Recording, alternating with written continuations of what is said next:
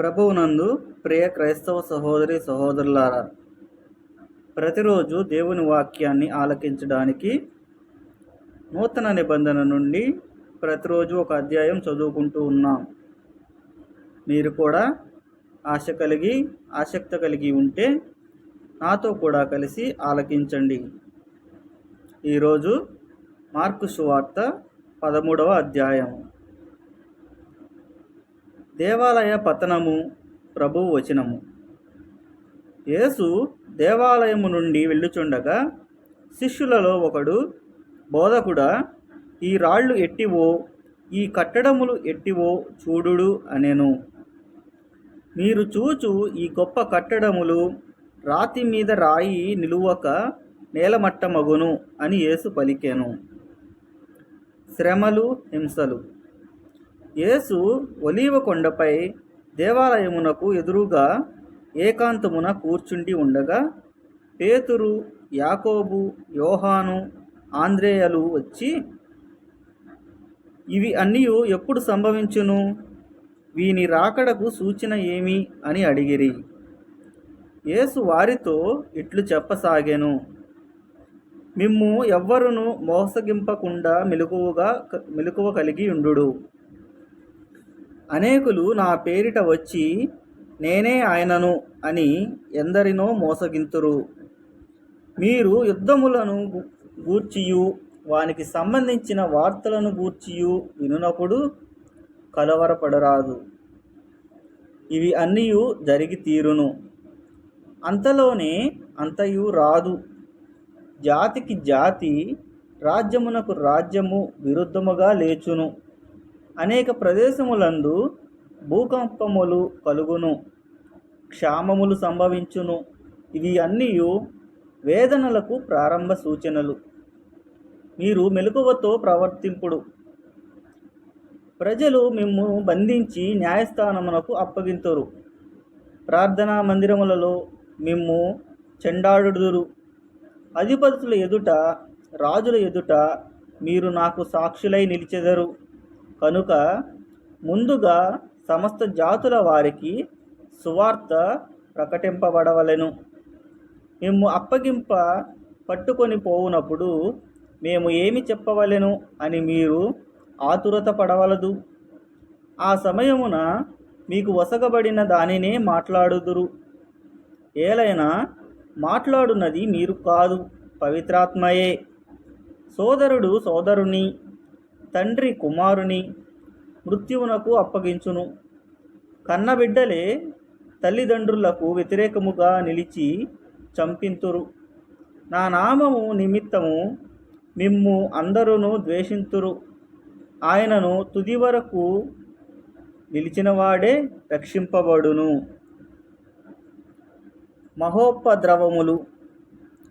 మీకు హేయమైన వినాశనము నిలువరాని చోట నిలుచుట చూచినప్పుడు యూదయ సీమలో ఉన్నవారు పర్వతములకు పారిపోవలెను. మిద్దెపైనున్నవాడు సామగ్రి కొరకు ఇంటిలోనికి దిగి రాకూడదు. పొలములో పనిచేయువాడు తన పై వస్త్రము తీసుకొనుటకు వెనుకకు మరలిపోరాదు. ఆ దినములందు గర్భిణులకు, బాలింతలకు ఎంత బాధాకరము!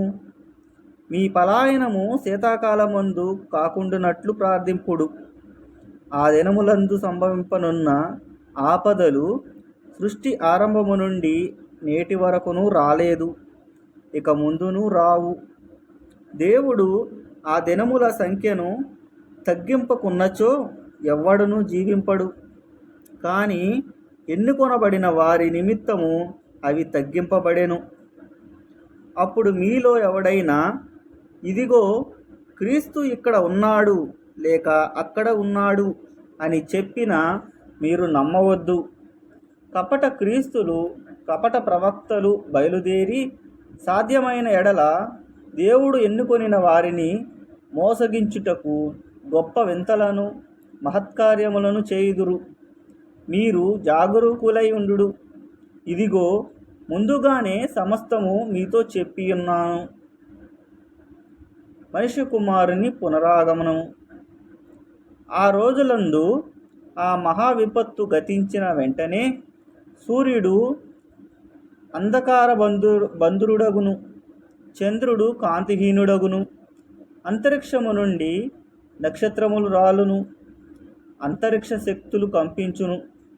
అప్పుడు మనుష్య కుమారుడు మహాశక్తితో మహామహిమతో మేఘారూఢుడై వచ్చుటను జనులెల్లరూ కాంతురు. అప్పుడు ఆయన దూతలను పంపి భూలోకము మొదలుకొని ఆకాశము వరకు నలుదిశల నుండి తాను ఎన్నుకొనిన వారిని ప్రోగు చేయించును. అంజూరపు చెట్టు ఉపమానము. అంజూరపు చెట్టు నుండి ఈ గుణపాఠము నేర్చుకొనుడు. దాని రెమ్మలు లేతవై చిగురించినప్పుడు వసంతకాలము వచ్చినదని గుర్తింతురు. అట్లే వీనిని అన్నింటినీ మీరు చూచునప్పుడు ఆయన సమీపముననే వాటికనే ఉన్నాడని గ్రహింపుడు. ఇవన్నీ నెరవేరునంత వరకు ఈ తరము గతింపదని మీతో ఒక్కాణించుచున్నాను. భూమ్యాకాశములు గతించిపోవును గాని నా మాటలు గతించిపోవు. లోకాంత్యము ఎప్పుడు? ఆ దినము ఆ గడియ ఎప్పుడు వచ్చునో నా తండ్రి తప్ప పరలోకమందు దూతలు గాని కుమారుడు గాని మరెవ్వరును గాని ఎరుగరు. ఆ సమయము ఎప్పుడు వచ్చునో మీకు తెలియదు. కావున జాగరూకులై ఉండు. ఆ గడియ ఇట్లుండును. ఒకానొకడు దేశాటనము వెళ్ళుచు తన సేవకులను ఆయా కార్యములందు నియమించి మెలకువతో ఉండమని ద్వారపాలకుని హెచ్చరించెను. యజమానుడు సంధ్యా సమమైననో అర్ధరాత్రి అయిననో కోడి కూయు వేళనో ప్రాతకాలముననో ఎప్పుడు వచ్చునో మీకు తెలియదు. కనుక మేలుకొని ఉండు. ఒకవేళ అతడు అకస్మాత్తుగా వచ్చి మీరు నిద్రించుచుండ చూడవచ్చును. మీకు చెప్పునదే అందరికీ చెప్పు.